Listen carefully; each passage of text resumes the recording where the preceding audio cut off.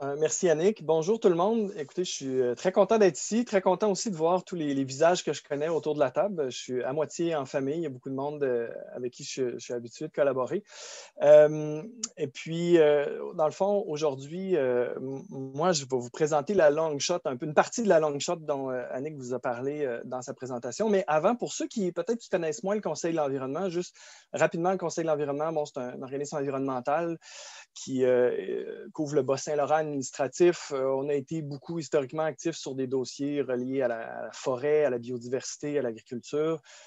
Puis là, depuis quelques années, bon, urgence climatique oblige, on est très impliqué au niveau énergétique et transport. Puis, c'est là justement que j'en viens à vous parler aujourd'hui. Donc, je vous partage mon écran.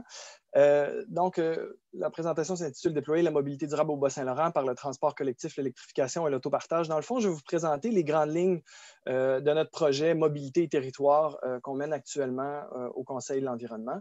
Et puis, voilà. Donc, le Bas-Saint-Laurent, en fait, quand même a des atouts en main. C'est une région que moi, je dis fertile pour la décarbonisation des transports. Pourquoi? Ben, OK, on a quelques atouts en main. On a bon, des gens qui ont été leaders au niveau de l'électrification des transports, du transport scolaire. J'ai une photo de chez Transport Pascal Ouellet au Témiscouata, aussi au Kamouraska. Il y en a des autobus scolaires électriques. On a le Cégep de Rivière-du-Loup qui a lancé une formation pour former des gens en technologie des véhicules électriques.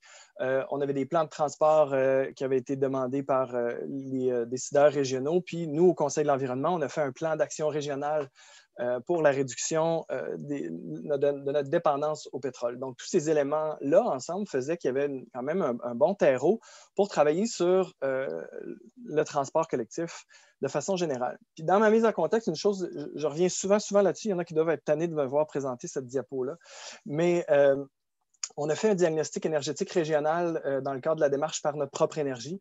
Même si ça date un petit peu, ce qui est intéressant de voir, c'est que sur les, grosso modo, on brûle 500 millions de litres de pétrole par année. Donc, ce 100 %-là, bien, si on enlève le résidentiel, commercial, institutionnel, on se rend compte que dans le fond, le transport, c'est 85 % des 500 millions de litres de pétrole qu'on brûle annuellement.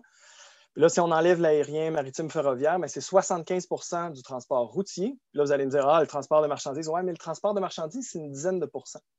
Au Bas-Saint-Laurent, en véhicule de promenade, c'est 56 % de tout le pétrole qu'on brûle à chaque année. Donc, si on veut sérieusement s'attaquer à la lutte au changement climatique au Bas-Saint-Laurent, on va s'attaquer au pétrole qu'on brûle dans nos voitures. Donc, je vais oublier mes petites flèches rouges. Là, quand on a commencé le projet Mobilité Territoire, ça fait 1 an qu'on travaille là-dessus, on a commencé à se promener puis à faire l'inventaire des besoins. Puis pourquoi on fait de la mobilité durable? Ben, je ne vous apprendrai peut-être pas grand-chose, mais bon, il y a des besoins de société. Donc, on a parlé tantôt du vieillissement de la population, de l'accès au marché de l'emploi, des gens aussi qui peuvent être dans des situations de précarité pour une raison ou pour une autre. Des raisons économiques, donc combien d'argent nous on met. Collectivement, c'est autour de 14 milliards par année qu'on met dans notre premier produit d'importation qui est le pétrole, puis le deuxième, c'est la voiture. C'est ce qui fait que notre balance commerciale est négative depuis 2015. Mais il y a aussi le budget des ménages. Donc, ça, c'est au niveau économique. Puis au niveau environnemental, bon, évidemment, les émissions de gaz à effet de serre, puis toute la pollution qui est engendrée par la production du pétrole. Et puis, quand on a fait le projet, en fait, il y avait eu un premier plan de transport qui avait été fait pour le bénéfice des décideurs. Puis, bon, le système avait été fait pour faire en sorte que, beaucoup pour pallier à la première annonce de baisse de desserte d'Orléans Express, pas celle qu'il y a eu dans les journaux là, ces dernières semaines et mois, mais la première. Et puis là, le système faisait en sorte d'amener les gens vers Rimouski, Rivière-du-Loup. Mais mettons Rimouski pour 8 heures le matin, midi et 5 heures, donc des allers-retours. Mais ce qui donnait, quand on est aux quatre coins du Bas-Saint-Laurent, rendu à Desjolies, Cozapscal, littéralement un horaire à coucher dehors. Donc, nous, ce qu'on fait à l'intérieur du projet, c'est une réoptimisation de ces transports-là. Puis en commençant par l'intérieur de la MRC, puis après ça, faire les connexions. Donc, l'idée, c'est que les gens arrivent vers leur ville de centralité, vers Amqui, Matane, Rimouski, Montjoly, Rivière-du-Loup, etc. Et ensuite, que les départs vers la MRC voisine se fassent dans un deuxième temps.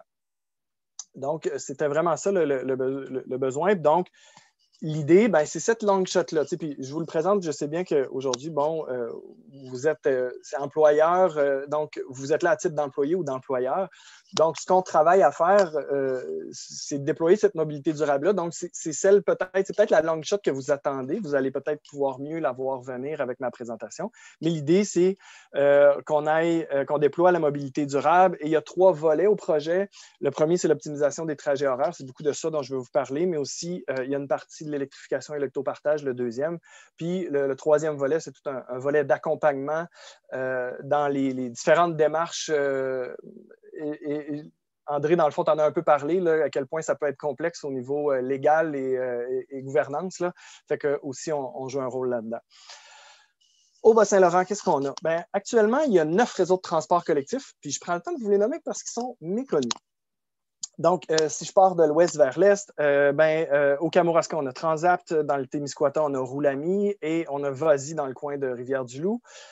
Au Basque, c'est l'éveil des Basques. Dans la MRC de Rimouski-Neigette, on a le transport collectif rural de Rimouski-Neigette. Il y a la TAG de la Métis. Ensuite, on a en Matapédia la Caravelle. Dans la Matanie, c'est la MRC de la Matanie qui opère le transport. Et en dernier, le 9e, c'est celui de la Société de transport de Rimouski, donc la ville de Rimouski. Ça nous fait 9 réseaux de transport qui ont une desserte variable. Il y en a que c'est le volet collectif, c'est des places restantes dans le transport adapté. Donc, c'est un transport qui est sur demande, qui va à la porte pour le transport adapté, puis que dans les places qui restent dans le véhicule peuvent être offertes en transport collectif. Il y en a que c'est du transport collectif dédié et du transport adapté. Donc, il faut aller voir leur site, les appeler, puis vous informer pour déjà utiliser le transport collectif qu'on a en place. Puis, tantôt, André, tu parlais de la croissance. Là, il y en a là-dedans qui ont connu des croissances fulgurantes dans les dernières années en termes de nombre de déplacements. C'est l'exemple de la Matanie qui me vient en tête. C'est 400 ou 500 d'augmentation sur les quelques dernières années. Donc, des fois, une bonne campagne de promo, ça aide. Donc, on veut contribuer, nous, à les faire connaître puis à les aider à prendre leur essor. Actuellement, ça, c'est une carte qui cartographie approximativement. Ce n'est pas les trajets réels partout, mais les lignes vertes que vous voyez, c'est un peu notre desserte actuelle en transport collectif au Bas-Saint-Laurent. Puis vous voyez qu'il y a des petites lignes vertes un petit peu partout, mais il y a des grands trous. Puis c'est justement ça l'objectif du projet. Donc, d'interconnecter ces 9 réseaux de transport-là pour permettre aux gens de se déplacer partout au Bas-Saint-Laurent, mais aussi vers l'extérieur. Et puis là, les trajets que je vous montre, je ne vais pas aller dans le détail comme de toute façon, c'est quelque chose qui est un work in progress. On est en plein dedans présentement. Mais vous voyez les principaux axes. Donc, on parle d'un trajet, la Pocatière-Rivière-du-Loup, Desgelées-Rivière-du-Loup. Rimouski, Rivière-du-Loup, ce serait 2 minibus, un qui part de Rimouski, un qui part de Rivière-du-Loup, puis les 2 se croisent. Ils font 3 allers-retours par jour. Ça fait un corridor de desserte là, vraiment intéressant entre Rimouski et Rivière-du-Loup. Puis aussi Montjoly, parce que Montjoly-Rimouski, il y a déjà TAC-Métis qui offre un transport inter-MRC. Et à ça s'ajoute la ligne qui ferait de la Matanie jusqu'à Rimouski, puis celle de la Matapédia jusqu'à Rimouski. Donc, ça ferait, disons, l'axe. Notre Québec-Windsor à nous, c'est Rivière-du-Loup-Montjoly, où on va avoir vraiment une intensité de déplacement si tout ça va comme on l'a dessiné. Et puis, vous voyez, il y a une ligne pointillée qui couvre plus le haut pays. Ça, c'est un minibus qui aura un horaire variable, mais qui ferait quelques jours semaine. Un premier axe qui va au sud de Desgelées, c'est en passant par Pointe-les-Gamouques. Un autre par la 232, le faire Cabano-Rimouski, puis un autre via Saint-Cyprien pour soit aller vers Rivière-du-Loup ou soit aller vers les Basques, rejoindre le circuit qui mène vers Rimouski. Donc, ça, c'est notre épine dorsale de notre réseau, puis qui permettrait, si on la combine avec excusez, je pensais que c'est pas la bonne diapo qui venait après dans ma tête, mais qui combine avec l'autre carte d'avant, donc qui va permettre aux gens de passer, mettons, de leur transport local qui les amène vers leur ville de centralité, puis pouvoir aller dans l'autre MRC si c'est leur besoin. Donc, nous, on appelle ça une stratégie régionale. Puis comment cette stratégie régionale-là en transport se décline? Elle se décline en 4 volets. Donc, il y a l'optimisation des services des MRC existantes. Donc, c'est des fois des minibus, des minivans. Les relier par 8 minibus qu'on souhaite électriques et Mais en complément de ça, il y a le taxi, les taxibus, le covoiturage, donc d'avoir une plateforme de covoiturage. Il y en existe. Elles ne sont pas... la couverture en covoiturage n'est pas égale sur le territoire. Et puis, vraiment, avec le dernier volet, promotion et communication, ben, nous, ce qu'on voit, c'est un peu ultimement d'en arriver à une plateforme unique où est-ce qu'en gestion des déplacements, l'utilisateur pourrait prendre son téléphone qui est plus ou moins intelligent que la personne en question, faire pitonner son trajet, puis là, toutes les options de mobilité durable lui apparaîtraient. Donc, autant le covoiturage que le transport collectif. Ou l'autopartage. Donc, pour qu'on ait le chemin le plus simplifié possible pour l'usager. Ça, c'est ultimement, c'est une idée dont on fait beaucoup la promotion, mais comme les services existants sont sont à géométrie variable, ben, il va quand même avoir un temps avant d'harmoniser tout ça, c'est certain. Donc, voici la carte que je pensais qui venait tantôt. Donc, si je combine ce que nous, on proposerait, puis qui est encore, comme je dis, sujet à changement avec l'existant, ben, ça donne une pas mal meilleure couverture du territoire. Donc, en vert, c'est l'existant, puis toutes les autres couleurs, c'est les nouveaux trajets qui pourraient s'ajouter. Donc, on a une meilleure couverture territoriale au Bas-Saint-Laurent. On aurait. Les gains de la stratégie, qu'est-ce que ça nous donnerait? Bien, une meilleure occupation de notre territoire, une meilleure autonomie pour les Laurentiens, plus d'accessibilité aux services, aux lieux d'études, à l'emploi, puis un positionnement vraiment là, favorable là, face au changement climatique. Je vais faire, non pas un pas de côté, mais un retour en arrière pour certains. Je vais vous parler de notre étude qu'on a faite sur l'électrification des transports pour insister sur cette partie-là. Puis aussi qui peut être intéressante, j'insiste là-dessus en entreprise parce que la partie qu'on a faite sur les taxibus est pertinente pour l'appliquer à l'électrification d'une flotte de véhicules pour une institution, pour une entreprise ou une municipalité, une ville. Donc, d'abord, pourquoi l'électrification? Ah oui, puis avant d'aller plus loin, ici, vous avez le lien crebsl.com mobilité/électrification. Vous pouvez la télécharger en version intégrale. L'étude, elle est complètement disponible en PDF. Donc, pourquoi l'électrification? Ben, bon, il y a des gains environnementaux. La réduction des GES est assez évidente, mais il y a deux choses sur lesquelles je vais insister. La première, c'est que s'il y a bien un endroit au monde où on devrait électrifier nos transports, c'est au Québec. Pourquoi? Mais ça, c'est les GES par kilowattheure. Notre parc de production d'électricité n'est pas émetteur de GES, il est à toute fin pratique complètement renouvelable. Donc, si on se compare à la Chine puis à l'Inde, où est-ce que là, leurs émissions de CO2 par kilowattheure d'électricité produite est vraiment pas mal plus élevé que les nôtres, ben, s'il y a un endroit au Québec où on devrait électrifier au monde, c'est au Québec. Et puis malgré ça, même aux États-Unis ou à des endroits où il y a quand même des bénéfices à électrifier. Parce que la production, un moteur à combustion, c'est efficace autour de 20 à 30 %. Il y a 20 à 30 % de l'énergie qu'il y a dans un litre de pétrole qui est réellement convertie en mouvement pour faire avancer votre véhicule. Le 70 à 80 % qui reste, c'est de la perte thermique. Une centrale, même une centrale qui utilise des combustibles fossiles pour faire de l'électricité va être plus efficace que ça. Puis éventuellement, cette centrale-là, on peut la changer pour la mettre aux énergies renouvelables. Donc, on va pouvoir plus facilement, on va pouvoir éventuellement verdir une grille de production. Ce n'est pas notre cas au Bas-Saint-Laurent, mais je me permets de le dire parce que souvent, les gens disent « Ouais, mais les autos électriques, c'est bon, OK, au Québec, mais pas ailleurs. » Mais il faut voir ça. Il y a quand même toute la possibilité d'électrifier, de verdir, disons, le réseau de production d'électricité.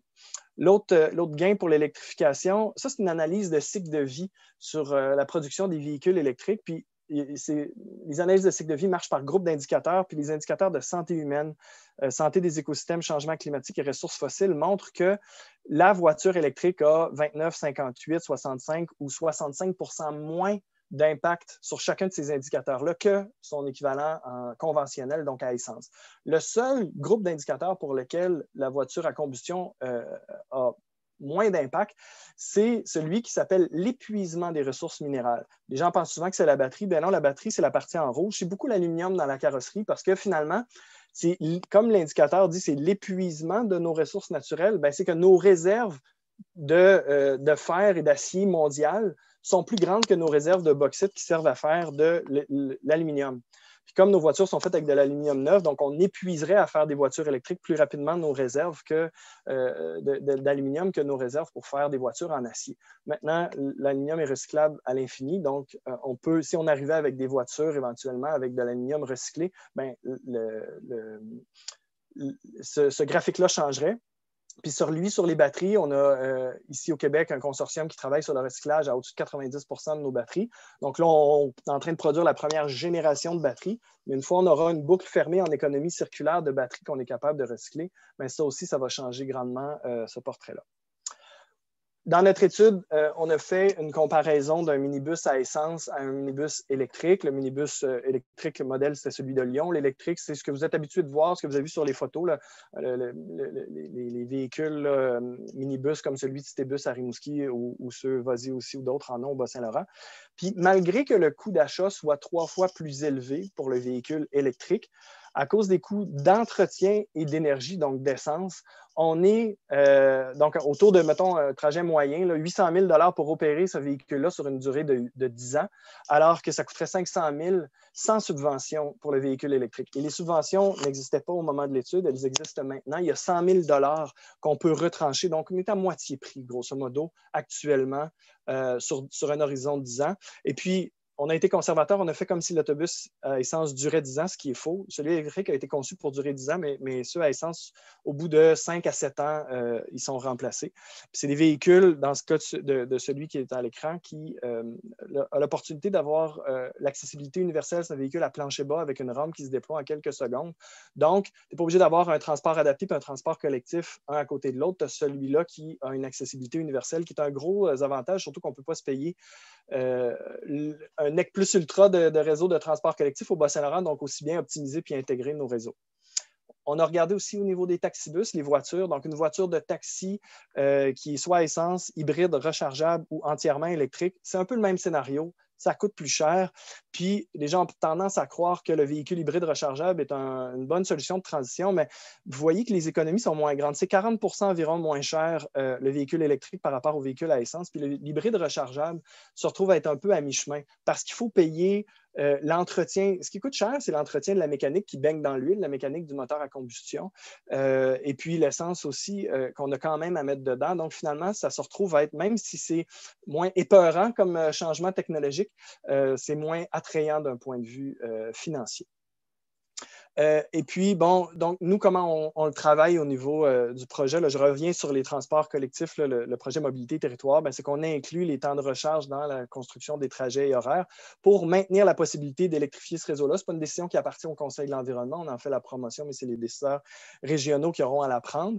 Il y a des nouvelles subventions, je vous en ai déjà parlé, et il y a aussi un volet autopartage de véhicules électriques. On veut contribuer à ce qu'il y ait un véhicule électrique en autopartage par MRC. Puis, je vous dirais qu'à chaque fois qu'on en parle, on se dit que finalement, ça va être plus qu'un parce qu'il y a quand même de l'engouement, puis on sent que les gens sont prêts, puis il y a peut-être d'autres joueurs qui vont vouloir en mettre. Puis moi, je pense qu'il y a des entreprises qui pourraient le faire. Fait que des fois, il y aura peut-être des collaborations, ou en tout cas, on va nécessairement partager notre expérience. Puis moi, je vois d'un bon œil une sorte d'écosystème où, encore une fois, avec une application, on peut voir tous les véhicules disponibles en autopartage. Puis s'il y a des entreprises parmi vous qui veulent offrir ce véhicule-là, il peut être, oui, ouvert à vos employés, mais il peut éventuellement aussi être ouvert à l'ensemble de la population. Une petite diapo, ma dernière, pour insister sur des petits aspects pour les employeurs. Donc là, je vous ai parlé de notre projet, ce qu'on prépare la long shot. Le système de transport collectif régional, vous ne le verrez pas arriver concrètement, l'autobus devant votre entreprise avant l'année 2022 bien avancée, disons, au plus tôt, je pense que l'automne 2022 serait déjà bien. Toute l'année actuelle là, va être dans les démarches préparatoires à ça. Mais ce qui fait que qu'est-ce que vous pouvez faire comme employeur? Puis André puis Yannick ont bien mis la table. Je ne vais pas trop répéter. Bon, évidemment, on utilise le transport collectif. On en demande. Insistez par les démontrez votre intérêt à vos élus locaux, à vos préfets, à vos maires. C'est vraiment important. Ça nous aide à travailler. Qu'ils sentent que les employeurs veulent ça, qu'il n'y a aucune remise en question possible, que c'est vers là qu'on s'en va, puis qu'il n'y a pas de choix, il n'y a pas d'alternative. Il y en arrive toujours un moment là, qui se met à... On se fait servir des vieux mythes recyclés là, de « Ah oui, mais ci puis ça », puis bon, des craintes par rapport au coût et autres. Mais je pense que plus il y aura de joueurs qui le demandent, plus le choix sera indubitable. Bon, tout au niveau de la question de l'automobile, ben, l'utilisation responsable, le covoiturage, l'autopartage, dans le fond, l'objectif, c'est d'éliminer la deuxième voiture. Puis l'événement d'aujourd'hui est très bien pour ça. Puis au niveau de l'électrification, ben, c'est ça. Vous pouvez électrifier votre flotte d'entreprise, je vous en ai parlé, mais installer des bornes aussi. Il y a aussi, j'ai l'exemple, bon, il n'y a personne de l'IML aujourd'hui, mais je prends l'exemple, l'Institut Maurice Lamontagne, ça fait des années que les employés réclament des bornes. Puis pour certains, je prends cet exemple-là parce que, mettons, Rimouski-Montjoly, c'est une distance que souvent les gens s'achètent comme deuxième voiture, une voiture électrique de première génération qui a moins d'autonomie. Puis en hiver, ça leur prend la borne à destination pour se recharger, pour être capable de revenir entièrement à l'électricité. Puis ça fait longtemps que les gens la réclament, puis ils ne l'ont pas. Puis pour un employeur, une borne, en plus que si c'est pour vos employés, il y a des subventions qui peuvent payer jusqu'à la moitié de la borne, bien, c'est vraiment un incitatif aussi dans les choses qui peuvent faire déclencher. Donc, dans les cas où, pour vos employés pour les inciter à aller vers une voiture électrique, ça peut être une bonne chose. Puis non seulement ça, vous pouvez combiner ça avec vos covoiturages. Si vous avez des gens qui covoiturent avec des véhicules électriques, vous leur donnez une place préférentielle proche de la porte avec une borne électrique. Il y a quelque chose qui peut être positif là-dedans. Et puis, bon, transport actif, je crois qu'on en a bien parlé. Ah, c'est ça que je ne veux pas oublier. Dans notre étude, si vous pensez à l'installation d'une borne, je ne vais pas vous le montrer aujourd'hui, mais il y a toute une section de notre étude sur les bornes.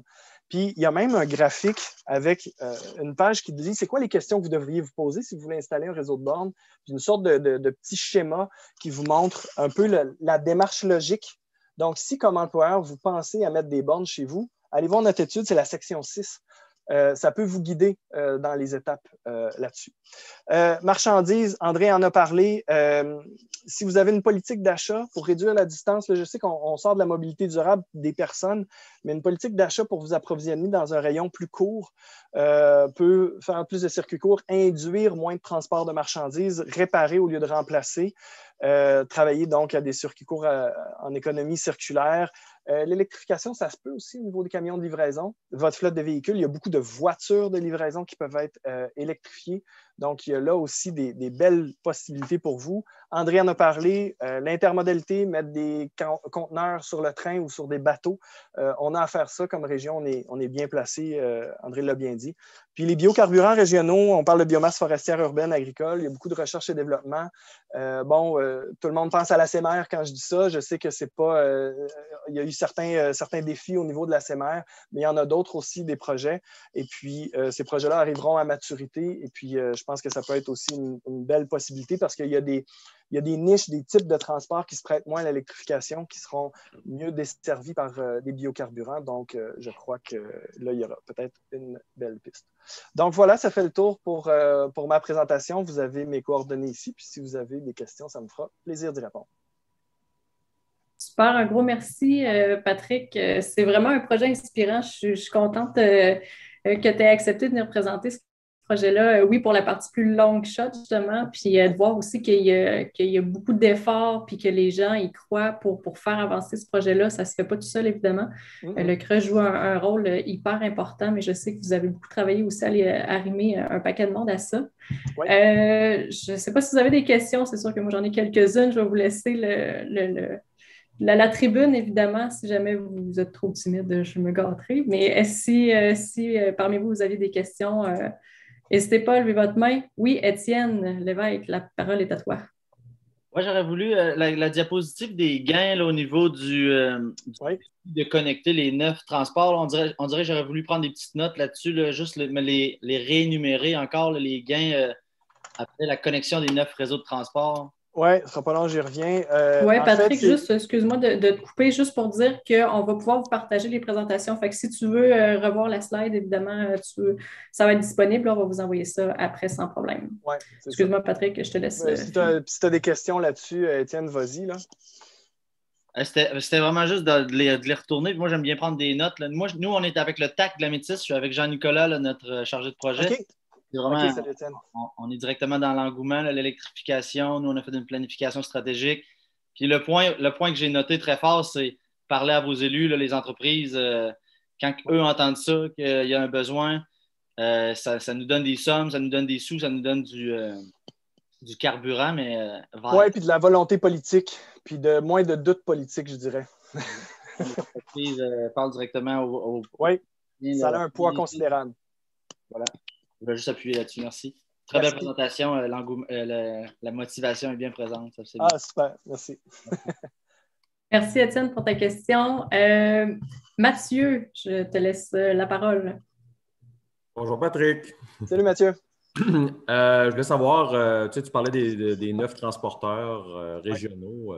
Ouais. As-tu pu leur parler ou est-ce qu'eux t'ont consulté régulièrement de temps en temps? Oui, depuis le début du projet, on travaille, on travaille avec les MRC et les transporteurs là, de façon là, quotidienne. Là. Excellent. Oui, c'est ça. Fait que oui, beaucoup au niveau des MRC, puis c'est ça. On a travaillé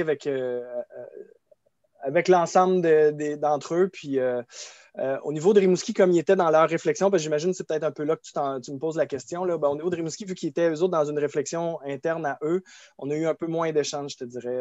C'est plus vers la fin là, que ça s'est amorcé. C'est bien. Merci, Patrick. Merci. Merci, Mathieu, pour la question. Est-ce qu'il y en avait d'autres en suspens? D'autres commentaires? Que je vois oui. Marie-Hélène qui n'a toujours pas trouvé, vous lever la main. Je ne sais pas, on dirait que ma version, en tout cas, bref. C'est une bonne vieille technologie, celle-là. Hein, ça marche. Ah oui, elle fonctionne très bien. Dans le fond, c'est juste parce que je présente plus tard là, notre projet de covoiturage, là, mais un des enjeux qu'on a vraiment vécu au niveau du covoiturage, c'est l'équilibre entre ce que le conducteur va recevoir versus ce que le covoitureur est prêt à payer. Oui. Puis, tu sais, c'est souvent quelque chose qu'on ne voit pas dans les subventions ou dans les projets, justement, de transport durable puis de mobilité sur les territoires régionaux. Puis, en région, on n'a pas les mêmes profils qu'en milieu urbain, où est-ce qu'un trajet qui peut valoir peut-être 5-6 piastres en milieu urbain puis qui va être fortement accepté à ce prix-là, ici, oublie ça, tu n'as personne qui va payer ça.